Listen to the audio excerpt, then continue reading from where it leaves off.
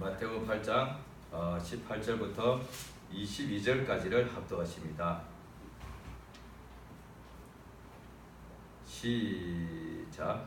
예수께서 무리가 자기를 애워싸움을 보시고 저편으로 건너가기를 명하시니라. 한 서기관이 나와 예수께 말씀하되 선생님이여 어디로 가시든지 저는 쫓으리이다. 예수께서 이르시되 여우도 굴이 있고 궁중에 새도 거처가 있으되 오직 인자는 머리 둘 곳이 없다 하시더라. 제자 중에 또 하나가 가로되 주여 나로 먼저 가서 내 부친을 장사하게 허락하옵소서. 예수께서 가라사대 죽은 자들로 저희 죽은 자를 장사하게 하고 너는 나를 쫓으라 하시니라. 아멘. 오늘 말씀 제목을 같이 한번 읽겠습니다. 시작. 나를 따르라. 하나님은 유일하신 주인이십니다. 하늘과 땅 모든 보이는 것들과 보이지 않는 모든 존재들이 너무 많아서 만유라고 합니다. 꽉꽉 우주 안에도 별들이 셀 수 없이 많이 가득 차 있고, 그 다음에 이 땅 위에도 얼마나 모든 만물이 충만합니다. 하나님이 처음에 창세 때 말씀하신 그대로 생육하라 번성하라 땅에 충만하라 하신 대로 충만합니다. 그런데 이 모든 영적 존재나 물질 육적 존재나 간에 보이고 보이지 않는 모든 존재하는 것들은 그의 유일한 주인이 하나님이십니다. 하나님이 성경을 통해서 우리에게 그걸 알려주십니다. 예수께서 들으라 이스라엘아, 너희 하나님은 유일한 주인이시다. 그러니까 그것을 우리가 알게 된 것이 얼마나 복이 있는지.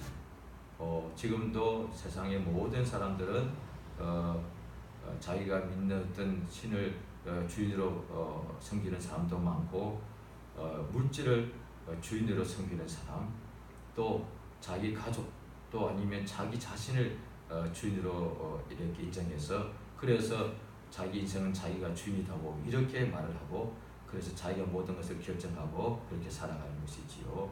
그런데 사실 우리가 이런 자기 자신이 자기 인생의 주인이라 하는 이런 주인, 또 어떤 가정의 주인, 또 기업의 주인, 또 집의 주인, 이런 주인들은 굉장히 많죠. 그런데 진짜 주인은 아니단 말이죠. 왜냐하니 진짜 주인이라면 왜 자기 목숨이 자기가 주인이라면 왜 목숨이 없어집니까? 주인이 아닌 것이죠. 모든 만물의 주인이 계신데 하나님이십니다. 유일하신 주인이십니다. 나머지는 주인이 아니란 뜻입니다. 그런데 이것을 우리는 알게 되었다는 것이죠. 우리가 처음부터 우리 능력으로 한 것이 아니고 하나님의 말씀에 통해서 하나님이 믿는 자에게 알려주신 것인데, 우리가 그것을 받아들여서 알게 되었으니 얼마나 복이 있습니까? 하나님이 유일하신 주님이라는 것을, 주인이라는 것을 알게 된 사람이 그게 복이 있는 사람이에요. 하나님께서 모든 만든 것을 모든 만유의 주가 되시는데, 왜 창세기에 하나님이 첫날부터 만물을 지었을 때 그가 주인이니까 명령하시니까 그대로 되더라고요. 주인은 명령만 합니다. 그대로 되더라고요.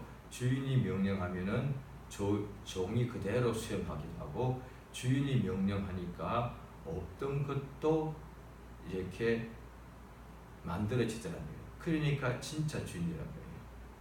그러니까 주인이 필요해서 창세기 하나님께서 1장에 만물을 창조하실 때 첫날 창조를 무엇을 하셨는가 하니 빛이 있으라 라고 하나님께서 이렇게 명령하시니, 그 말은 우주 안에 빛이 없었다는 것이죠. 우주 안에 흑암으로 흑암이 깊음이 있고 그냥 땅이 혼돈했습니다. 그런데 이게 땅도 있고 물도 있고, 왜 그 다음에 보니까 땅이 물 밑에서 드러나라 그랬다. 땅도 있고 물도 있는데 어둠도 다 있는데 한 가지 빛이 없더라고요. 그 주인께서 빛이 있으라 하시니까 없던 빛이 어둠이 캄캄한 속에 빛이 생기더라고요. 그러니까 하나님이 만유의 주가 되시고, 그 만유도 원하기는 없던 거였는데 그가 만드십니다. 하나님은 조물주, 만드신 주인이시고, 또 하나님은 그 자기가 만드신 모든 만물을 주관하시는 분이시고 또 그러므로 그 만들고 주관하시는 모든 만유의 그 주인이 되십니다. 그래서 하나님은 만유의 주인이다. 모든 만유 뭐 너무 많습니다. 그 모든 것의 주인이 유일하신 하나님이십니다. 우리가 그 주인을 알게 된 것이 얼마나 영광스럽습니까? 이게 복이 되는 것이죠. 오늘날 사람들이 유일하신 참 하나님, 그가 주인인 줄 모르기 때문에 자기가 인생의 주인이라 생각하고 열심히 살아갑니다. 그래서 자기가 영광의 세상 영광의 주인이 되고자 하고 세상 부귀와 성공을 자기가 다 소유하는 주인이 되고자 합니다. 예, 그래서 실제로 어떤 사람들은 열심히 땀 흘려서 세상의 영광과 부귀를 세상의 존귀를 그가 소유하게 되지요. 그런데 그것이 금방 다 사라지더랍니다. 자기가 주인이 아니더랍니다. 자기가 주인이 아니니까 그것이 다 사라지더란 거예요. 오히려 누가복음에 보면은 마귀가 예수님을 유혹할 때에 세상에 있는 천하 만국의 영광을 보여주고 내게 경배하면은 워낙에 이게 내게 넘겨준 것이므로 너에게 주겠다 이렇게 마귀가 유혹하지 않습니까?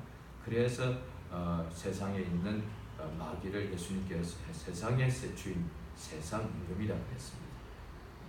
그런데 그 세상 임금이 하나님의 아들이 땅에 오시니까 세상의 임금이었는데 예수가 오시니까 세상 임금이 쫓겨나더라고요. 예수만이 참 주인이라는 것을, 그러니까 세상의 마귀가 주인인 줄 알고 그 밑에서 다 잡혀 있고 지배받고 있는 모든 사람에게 예수님을 아버지께서 보내셔서 예수님 말로 진짜 주인이시니까 그가 오셔서 십자가에서 못 박히니까 내가 땅에서 들리면은 세상 임금이 쫓겨날 것이다 이렇게 말씀하시는 거예요. 그래서 우리 하나님께서 우리에게 예수님을 보내주셨는데 그 예수님께서 하나님이 유일한 주시니까 그를 목숨과 뜻과 힘과 성품과 마음을 다하여 사랑하라 이렇게 말씀하시는 거예요. 그 주 예수께서 이 세상에 오셔서 이 하시는 말씀이 오늘 본문입니다. 본문을 보시겠습니다. 본문에 보면은 마태복음 8장 18절 제가 있습니다. 예수께서 무리가 자기를 애워싸 수많은 사람이 예수를 애워쌌습니다. 그 다음 예수께서 호수 건너편으로 가자라고 명령하십니다. 이때에 한 서기관이 나왔습니다. 성경 우리가 복음서를 자세히 보면은 율법사, 서기관, 바리새인들은 거의 다가 예수를 대적한 자들이었어요. 그런데 이 서기관은 낮에 그 무리가 많이 있는데도 나왔습니다. 나와서 예수께 뭘 여쭤보는 정도가 아니라 근데 이 사람은 예수를 주라고 말하지 않았습니다. 바로 그 8장 앞부분에 보면은 로마의 백부장, 오늘날로 치면은 군대의 한 백부장이니까 대위 정도 되겠죠.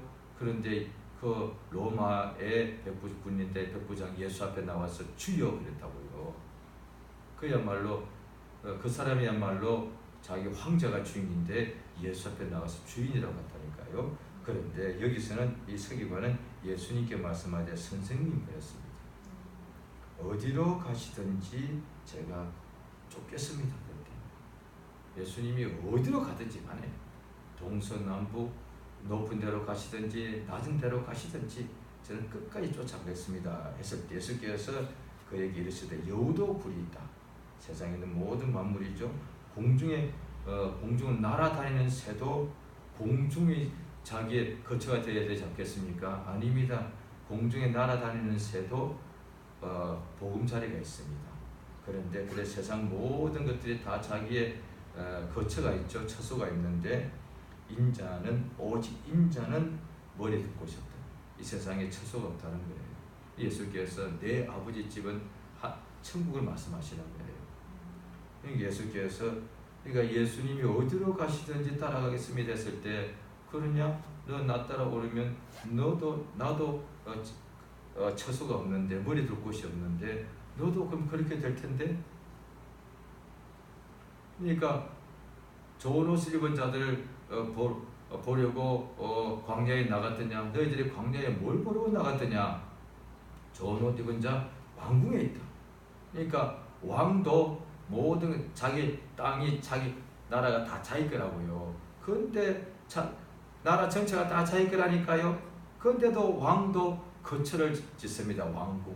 가장 크게, 가장 높게, 가장 비싸게, 가장 귀한 것들로 자기 처소를 짓는다 이 말이에요. 그러니까 세상의 모든 것들이 다 처소가 있다 이 말이에요. 그런데 예수님은 세상에 머리 둘 곳이 없다. 예수를 따라갈 수 있겠느냐? 그러니까 예수를 따라가면은 당연히 너도 머리 둘 곳이 없는 거예요. 그러니까 예수의 참 제자들이 예수를 끝까지 따라간 사람들 죽을 때까지 처소 없었습니다.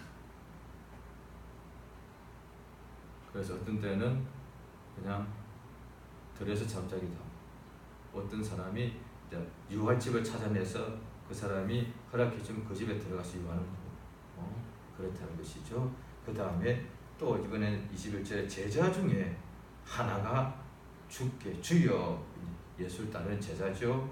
나로 먼저 가서 내 부친을 장사하게 허락해 주옵소서 했더니 예수께서 죽은 자들로 죽은 자를 장사하게 하고 너는 나를 쫓으라, 이렇게 말씀하셨습니다.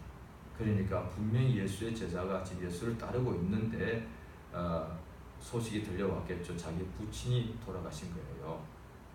예수님 먼저 가서 분명히 먼저, 당연히 먼저 부친 장례부터 먼저 치러야죠. 그리고 쫓겠습니다 했다 말이야. 그런데 예수님께서 너는 나 따라오라. 그러니까 죽은 자들에게 죽은 자 장사하게 하고 너는 나를 따르라. 부친의 장례보다도 예수님을 먼저 따라오라 했죠. 그 다음에 똑같은 것이 누가복음 9장에 나오는데요.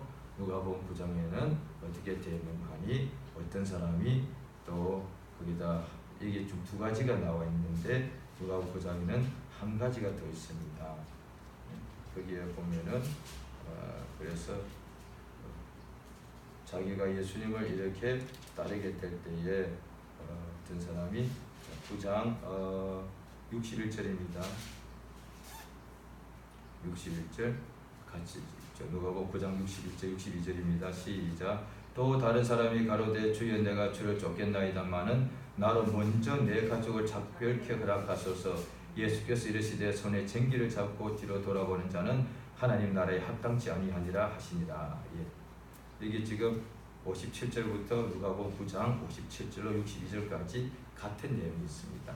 그런데 여기는 가족한테 지금 작별하게 해달라는 거예요. 예수를 따라갈 건데 가서 가족에게 작별이전을 해야 되지 않습니까? 이건 인간의 도리로서 마땅한 거예요. 그런데 예수께서는 그걸 뭐라고 하셨냐니 쟁기를 손에 잡고 뒤돌아보는 자는 하나님 나라에 합당치 않다. 이 사람도 분명히 말했습니다. 나로 먼저 내 가족을 작별케 하소서.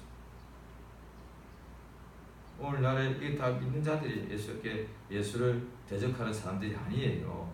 다 세 사람 다 예수를 믿고 따르고 쫓기를 원하지. 예수를 그냥 믿고 은혜 받고 병 고침 받고 집에 간 정도가 아니라 이 사람은 아예 예수를 따라다니겠다는 진짜 제자들이야.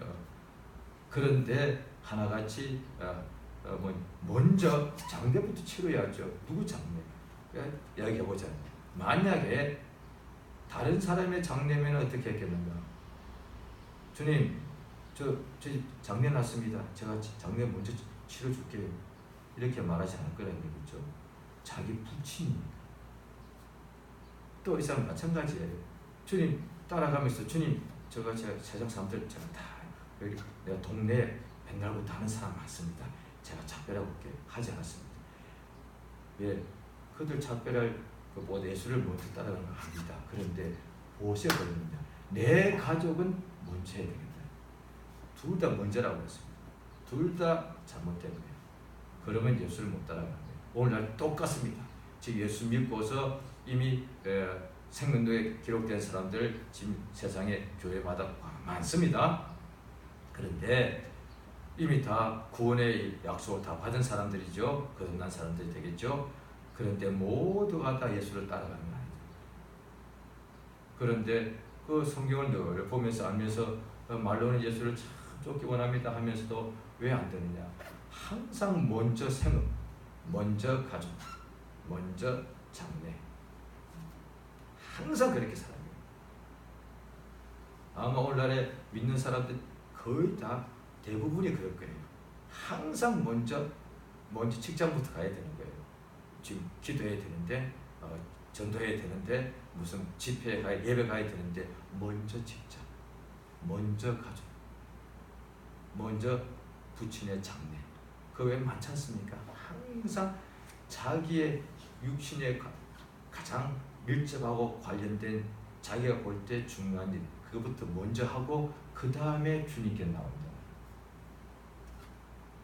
예수는 매일 공생의 동안에 하나님의 역사가 성령을 한량씩 부으시니까 하심에도 매일같이 그가 말씀을 전하고 또 진리를 가르치시고 또 그 앞에 나오는 수많은 병자를 예수님이 거절하지 않았죠.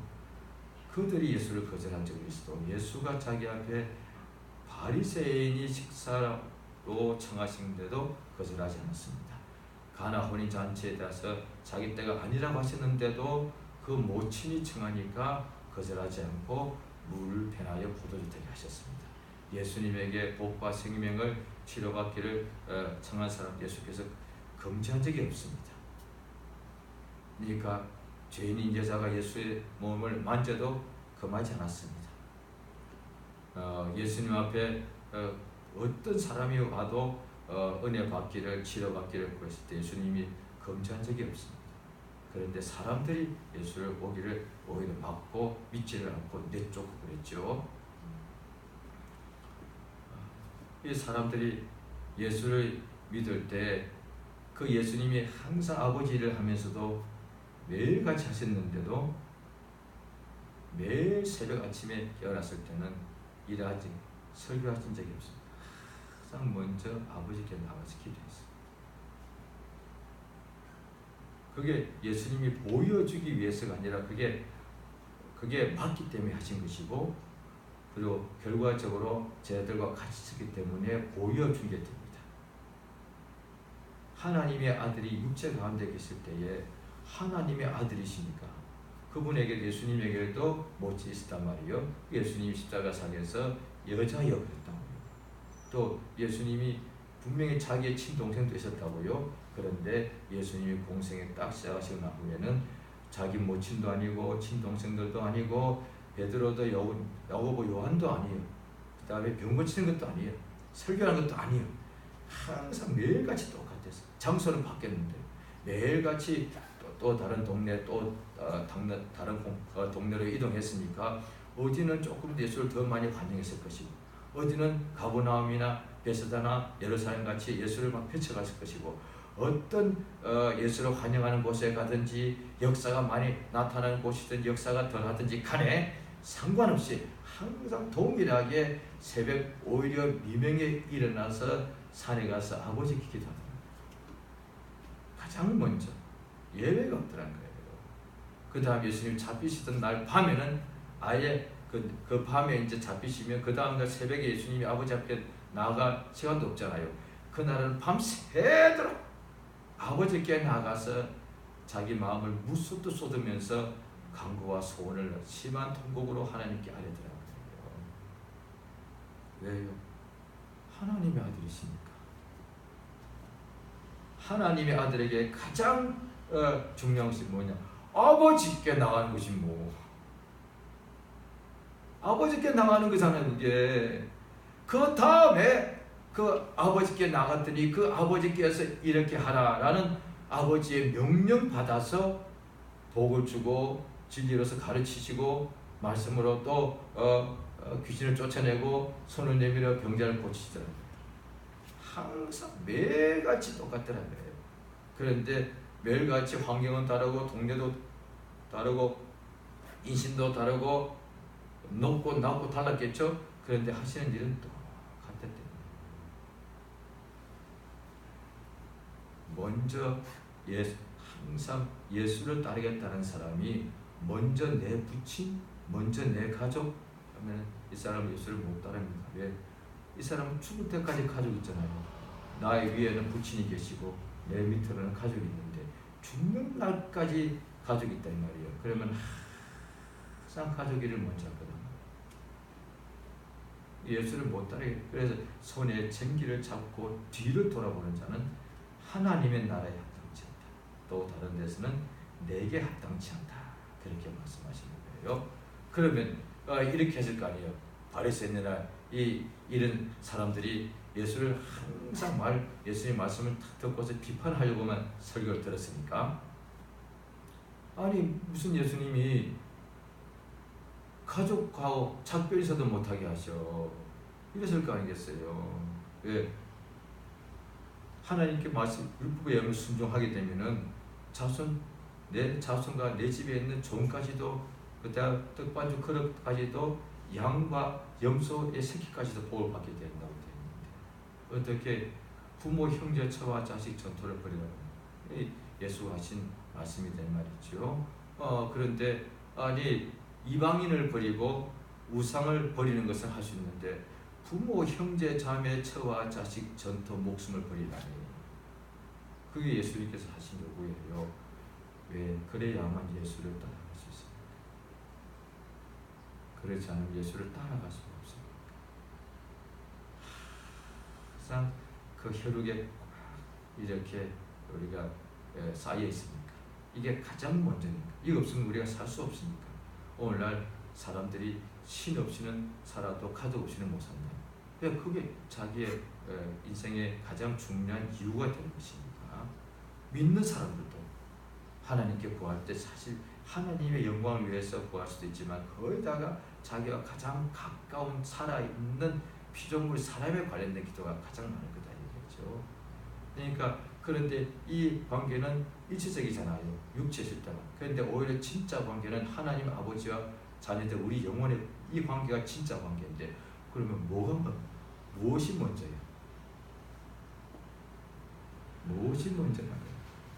그러니까 하나님 아버지 불러놓고 육체에 있는 가족을 먼저 한다는 것은 아직도 하나님이 내 가족보다도 먼 거야.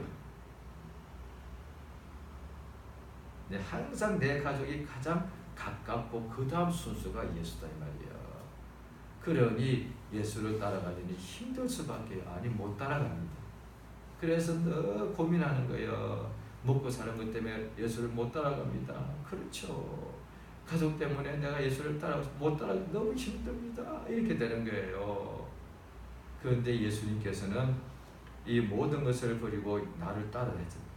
신구약에 어디 봐도 그렇게 하나님 쓰시는 종들이 많았는데 나를 따라간 사람이 없지 않습니까? 있긴 있어요. 지금도 있어요. 이단들이 그래요. 이단들이 자기 따르는 거예요. 그러니까 엘리야가, 엘리사가, 그 다음에 다윗이, 모세가 나를 따라 한 적 없어. 오히려 모세야말로 수백만 명을 이끌고 갔는데 자기가 따라 한 적이 없어. 처음에는 그 40대 때는. 그런데 80이 됐을 때는 오히려 겁이 나가지고 겁나서 못한다고 그랬어요. 그런데 하나님께서 계속 담대함 주셔서 그를 백성들이 따르게 만든 것이지 나를 따르게 한 적이 없다. 바울이, 베드로가 그런 적 없어. 그런데 예수님은 나를 따라오더라는 것이다. 예수를 따르면 머리 둘 곳이 없는데 왜 그렇게 하셔야 되는 거예요? 왜 그랬을 이유가 있다는 거예요. 자, 요한복음 8장을 보십니다.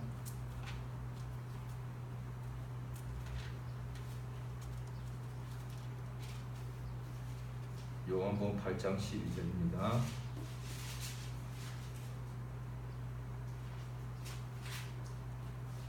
요한복음 8장 12절 한 절 같이 크게 읽겠습니다. 시작. 예수께서 또 일러 가라사대 나는 세상의 빛이니 나를 따르는 자는 어둠에 다니지 아니하고 세상 생명의 빛을 얻으리라. 예수께서 일러 가라사대 나는 세상의 빛이니 나를 따르는 자는 어둠에 다니지 아니하고 생명의 빛을 얻으리라. 가족하고 같이 어울려 삽니다. 평생에요. 어릴 때는 아이 때는 부모를 따라가지요. 부모가 가르치는 그대로 따라가지요. 늙어서는 자식을 한테 의탁합니다. 그 다음에 학교 가면은 선생님을 따라가고 어디 가든지 자기가 볼 때 누군가를 막 따를 선생들을 많이 둡니다. 그래서 성경 또 다른 데 보면 성령이 밝히 말씀하시기를 후일에 어떤 사람들이 믿음에서 떠나 유혹해 하는 영과 귀신의 가르침을 쫓으리라 따라간다는 거예요.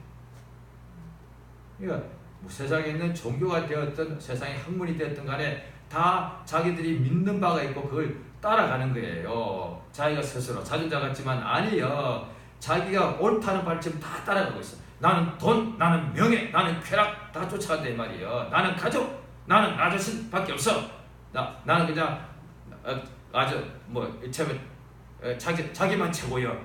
다 자기가 따라간단 말이에요. 그려 세상 명예를 따라가면 또 그것도 성공합니다. 가족 참 의지하면 당장에는 뭔가 평안해지고 위로받습니다. 힘들 때마다. 그래서 가족끼리 왜 의지합니까? 힘들 때 의지하고 위로해 주니까 힘들지 하라 이건 되더란 거예요. 그런데 세상의 그 모든 것이 먼저 부채나 장사 지내며 서로 위로해주고 가자고 작별해서 한다 할지라도 여전히 어둠에 있더란 거예요. 만약에 그것이 가족과 함께 있고 세상에 했던 것을 추구하고 열심히 살고 그렇게 땀 흘리고 열심히 노력하며 최선을 다했는데 절대 빛이 있다온다면 예수가 필요 없는 거예요.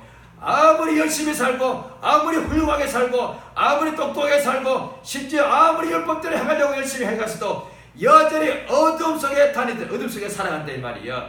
가족이 그렇게 많고 친구가 그렇게 많고 그렇게 믿을 만한 사람이 많아도 세상에서 그래서 도와주는 사람이 많고 든든하지 않아도 여전히 살 때의 마음에 답답하고 어둠이 있지 않는가? 여전히 이 세상은 어둠이기 때문에 하나님이 첫날 창조할 때에 세상에는 빛이 없기 때문에 빛이 있었다 이 말이에요. 그런데 그거는 눈에 보이는 비주된 빛이에요. 그런데 영적으로 볼 때 우리 영적 존재인데 이 세상은 빛이 없는 곳이요. 그것이 세상이요. 세상은 어두운 곳이다 이 말이요. 음부 어둡다 이 말이요. 그러므로 세상에 있는 모든 사람들은 어둠 속에서 다니기 때문에 가족이 있어도 소용없어. 여전히 어둠 속에서 살아가는 거예요. 돈, 명예가 아무리 많아도 여전히 어둠 속에서 살아가는 거예요. 왜? 세상에는 빛이 없으니까 예수가 세상의 빛이다 이 말이에요.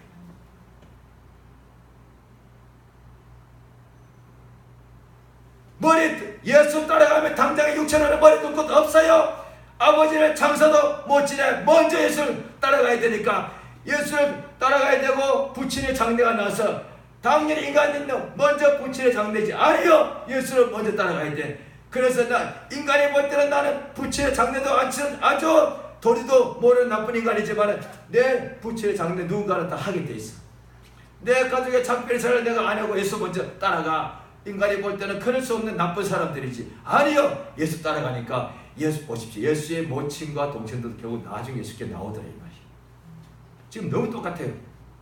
우리가 불신자로 다 사는데 가족 중에 다 불신자예요. 그런데 먼저 교회에 나옵니다. 그러면 이 가족 간에 모든 어떤 종료한 일이 있을 때마다 문제가 터집니다. 왜? 저 먼저 예배 가야 되는데요. 맨날 그렇게 화목하던 가정에 이를테면 가족이 대가족이 10명 있다 칩시다.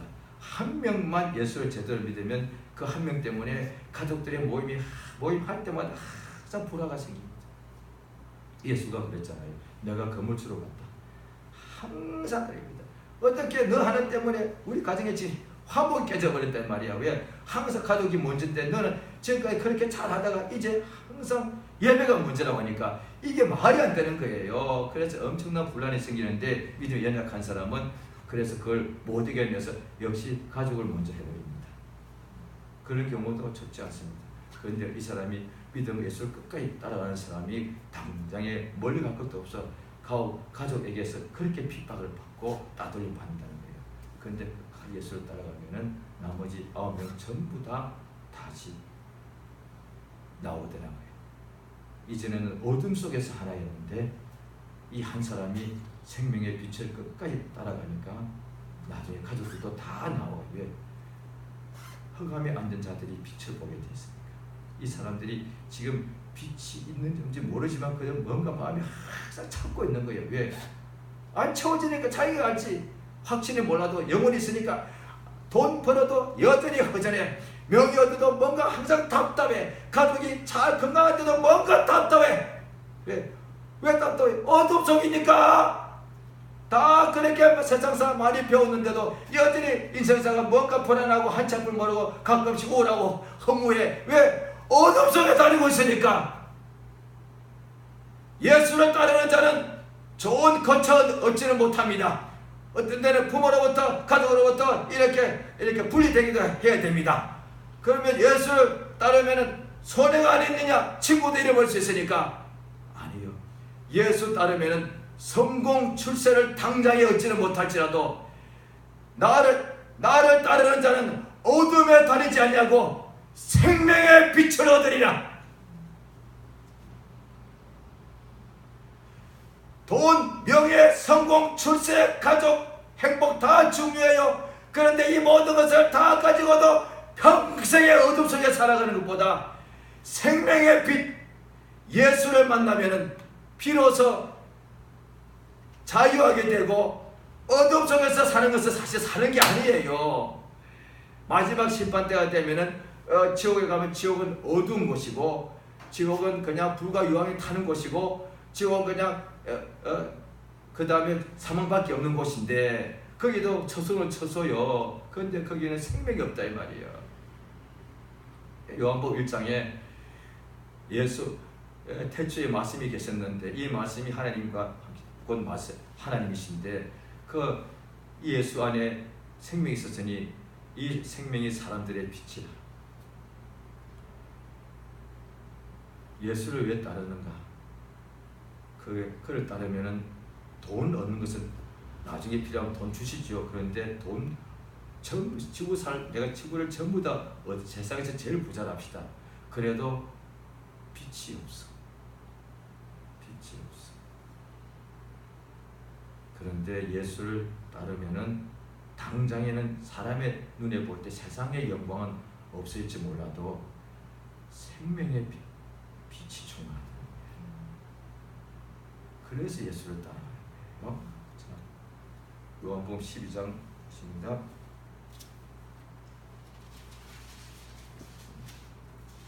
요한복음 8장을 보시지 않으셨습니까? 12장을 보십니다. 12장 26절입니다. 같이 읽겠습니다. 시작. 사람이 나를 섬기려면 나를 따르라. 나 있는 곳에 나를 섬기는 자도 거기 있으리니 사람이 나를 섬기면 내 아버지께서 저를 귀히 여기시리라. 하나님께서 귀히 여기시면은 우리가 하나님 앞에서 우리가 어떤 사람 이렇게 됩니다. 환상 봤습니다. 남이 안 보는 환상 봅니다. 하나님 나를 특별히 사랑하시는 거예요. 맞죠. 또 남이 안 꾸는 꿈을 꿉니다. 역시 주님 나 사랑하시는 맞습니다. 그런데 정말로 하나님 귀히 여기신 사람은 누구냐? 예수를 따라가는 사람. 그건 너무 당연하지 않습니까? 그러니까 예수님이 주인이신데, 우리는 다 그의 소유요, 또 종인데, 종이란 말이 한자어인데 한자어는 뜻글자입니다. 종이란 것이 뜻이 뭐냐? 따를 종자입니다. 따라간다는 뜻이에요. 그러니까 항상 주인은 앞서가면 종은 늘 따라가는 거예요. 늘 따라가는 거예요. 우리가 주 예수여 그러면 나는 예수의 종이다 그거예요. 그러면 항상 주님을 따라다니는 거예요.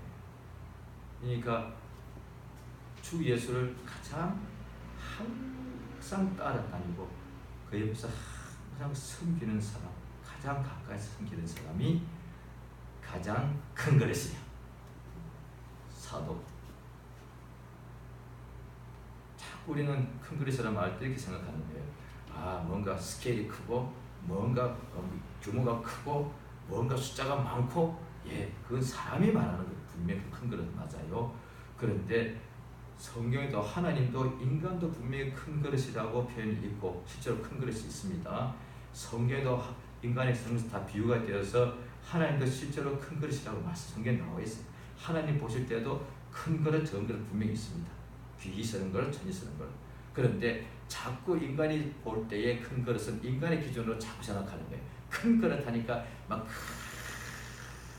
그러면은 12사도 중에 유다 빼고 바울까지 합치면 큰 그릇이면 그들이 한 군데에서 단독 목회했어야지. 그럼 다 오늘 아침 아마 10만 명씩 더 목회했을 거예요. 그랬나요? 한 명도 없을 거예요. 예수부터 그렇게 하셨어야지. 뭐하러 이스라엘 해봐야 사실 그때는 그릇 다르셔서 넓긴 했지만 사실 이스라엘 별로 안 커요. 그래서 그때나 지금이나 그릇 가더라도 일주일이면 충분한 거리예요. 예수님 가보나면서 그냥 가만히 계시지. 가보나면서 그냥 단독 목회하시지. 뭐하러 그렇게 다니십니까? 그러면 엄청나게 큰 교회였을 거 아니에요. 그럼 예루살렘에서 다 왔을 거 아니에요. 이사 왔을 거 아니에요. 그것도 작은 것이라고 하지 않습니다. 그런데 자꾸 사람들의 기준은 그것만 크다고 보는 거예요. 그런데 진짜 큰 것이 뭐냐? 나를 믿는 사람은 나보다 큰 일을 한다. 나 하나님이 보내신 자를 믿는 것이 하나님의 일이다. 그러니까 신구약을 통틀어서 예수님이 사도라고 해요. 예수의 직분이 대제사장, 구약으로 치면 제일 큰 직분이죠. 그 다음에 왕, 선지자. 그런데 이 삼중직이라고 했는데 그리스도가 신약에 하나 된 예수를 사도라고 했어요. 믿음의 사도. 예수님에 대하여 대제사장, 왕, 선지자, 구약에 나온 직분이에요. 예수님 보고 사도라고 했어요. 큰 사도라고 하셨어요. 그러니까 가장 큰 그릇이 뭐냐? 사도예요. 사도란 뜻이 뭐냐? 보내심을 받은 자. 그러니까 주님을 가장 가까이 있는 사람. 주님께 품이 의지하여서 밥도 먹었단 말이야. 그들이 사람의 눈에 볼 때는 큰 규모가 있는 것을 하지 못할지 몰라도 그들은 가장 끝까지 죽을 때까지 예수를 따라다닌다. 이게 큰 것이. 그래서 그들 12명 다 이제 12보지 않는다고. 예수님이 살아있는데도 아직 끝까지 가지도 않았는데도 며칠 후에 배신할 건데도 너희들은 12보지 않는다고 말씀하셨어요. 예수님을 따라가는 사람. 그래서 베드로가 우리는 모든 것을 버렸습니다. 맞다. 100배 받는다. 함께 핍박도 받는다 그랬다고요. 예수를 따라가면 하나님 그 사람이 귀히 여기시. 하나님께 다 열심히 기도도 많이 하고 다 하나님이 귀히 여기십니다. 성경도 남보다 많이 알고 많이 읽고 다 좋습니다. 그런데 예수를 따라가는 사람. 아버지 너희는 저의 말을 들으라고 하나님 아버지께서 예수를 바라보겠다 이 말이에요. 그러니까 예수를 따라가는 것이 아버지의 뜻이다 이 말이에요. 그렇죠? 그러니까 또 요한복음 10장에 보면 조금 전에 8장, 지금 12장, 10장에 봅니다. 나는 선한 목자다. 목자가 앞서가면서 자기 양의 이름을 부르면은 내 양은 내 음성을 듣고 나를 따라간다. 목자는 양은 이렇게 보죠. 자, 양들이 있다 이 말이죠. 자, 우리가 다 이제 양이죠. 그런데 양들일 거 아니겠어요? 목자는 예수님이 딱 계신데 양들이 이렇게 양 중에서 내 아빠가 여기 있어, 내 엄마 여기 있네, 내 형제 여기 있네. 그런데 저 목자께서 따라오느라 그랬는데도 먼저 엄마 이러고 있는 거예요. 그러면 똑같은 거예요. 그런데 이 목자께서 내가 양이단 말이에요. 이게 내 아빠 양 여기 있네, 엄마 양도 여기 있네, 내 형도 여기 있네. 그런데 이 목자께서 내 아빠 이름만 부르고 그 암흑에 그 속해 있는 양들 다 따라고 하지 않아요. 아빠 이름도 부르고 엄마 이름도 부르고 형 이름도 나 이름도 부르서 각각 너 맞따라오는 거야. 네 아빠 따라가지 말고 나 따라오는 거야. 왜? 아빠는 생명 주니까. 내가 온 것은 양으로 생명을 얻되 더 풍성히 얻게 하려 합니다. 예수 따라가는 목적은 생명을 풍성히 얻기 위해서요. 돈 많이 얻는 것이 아니고 성공 출세하는 것이 아니고 가족 잘 되는 것이 아니고 우리 식구들도 행복해지는 것이 아니고 생명이에요. 생명. 왜냐 하니 당장에 내가 예수를 따라가면 가족 사이에 불화가 일어날 수는 있지요. 그러나 결국은 예수 안에 있는 생명 때문에 가족이 이전에 결국은 정말 진정한 이렇게 행복과 화목을 하게 된단 말이에요. 그런데 마귀 밑에서 우리끼리 화목해봐야, 어둠 속에서 어둠의 자식끼리 화목해봐야 그게 무슨 화목이에요. 그게 왜 죄인끼리도 화목해요. 지들끼리 친구가 되니까. 생명의 주 예수, 하나님의 생명을 해야만 진짜 아버지와 어머니와 형제 자매 아들 딸들이 하나님의 생명을 가져야만 그것이 진정한 이게 행복이다 말이죠. 예수께서 우리 알려주시려고 너 나 따라오는 하셨단 말이에요. 그게 복음이에요. 예수를 따라온다. 그러면 작별에서도 못하는데요, 장녀도 못친 예수 따라가. 그러면 그게 생명의 빛을 얻으니까. 그것이 하나님께서 목자이신 예수를 양인 우리에게 보내신 아버지의 뜻이다. 성령께서도 오늘날 그 일을 하십니다. 성령께서도 예수를 따르게 하십니다. 성령 구절이 어디냐? 없습니다. 정확하게 없습니다. 그런데 고린도전서 12장 3절에 이렇게 되어 있습니다. 성령으로 하지 않고 예수를 주라고 하셨다. 우리 처음에 예수를 믿지 않다가 영접하게 됐을 때 예수님, 주 예수님, 나는 죄인입니다. 그렇게 예수를 주라고 신하고 예수의 피를 믿어서 거듭나게 된 것은 전적으로 성령의 역사입니다. 그래서 하나님 자녀가 되었고 예수가 주인이라고 뜻하겠단 말이에요. 지금 더 예수를 주라고 성령께서 역사하신단 말이에요. 그래서 오늘도 살아가는데 살아도 주를 위하여 살고 죽어도 주를 위하여 죽는 거예요.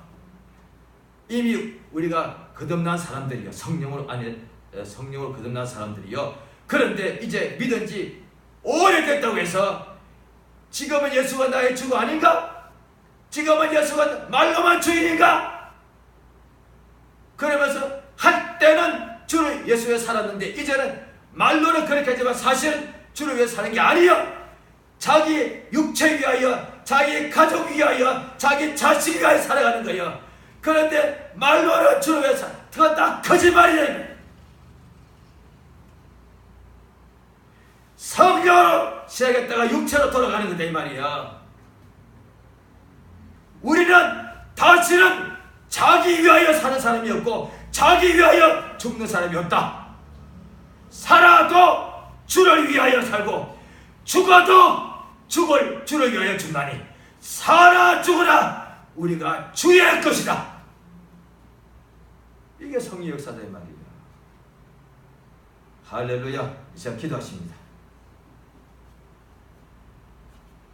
성령이 나를 참으로 도와주셔서 이제 내가 육체 가운데 거하는 것은 나를 구원하신 주 예수를 믿는 믿음 안에서 살게 해주시고 날마다 이제 내가 살아가는데 살아도 나를 위하여 더 이상 살지 않고 주를 위하여 살게 해주시고 죽어도 피조물 때문에 죽는 것이 아니고 주를 위하여 죽는 자 되게 도와주셔서 사나 죽으나 유일하신 하나님, 주인이신 하나님을 위하여 내가 주의 것으로 사는 복된 자가 되게 역사해 달라고. 왜냐하니 주를 따르면 생명을 빛을 얻게 되는 역사가 있습니다.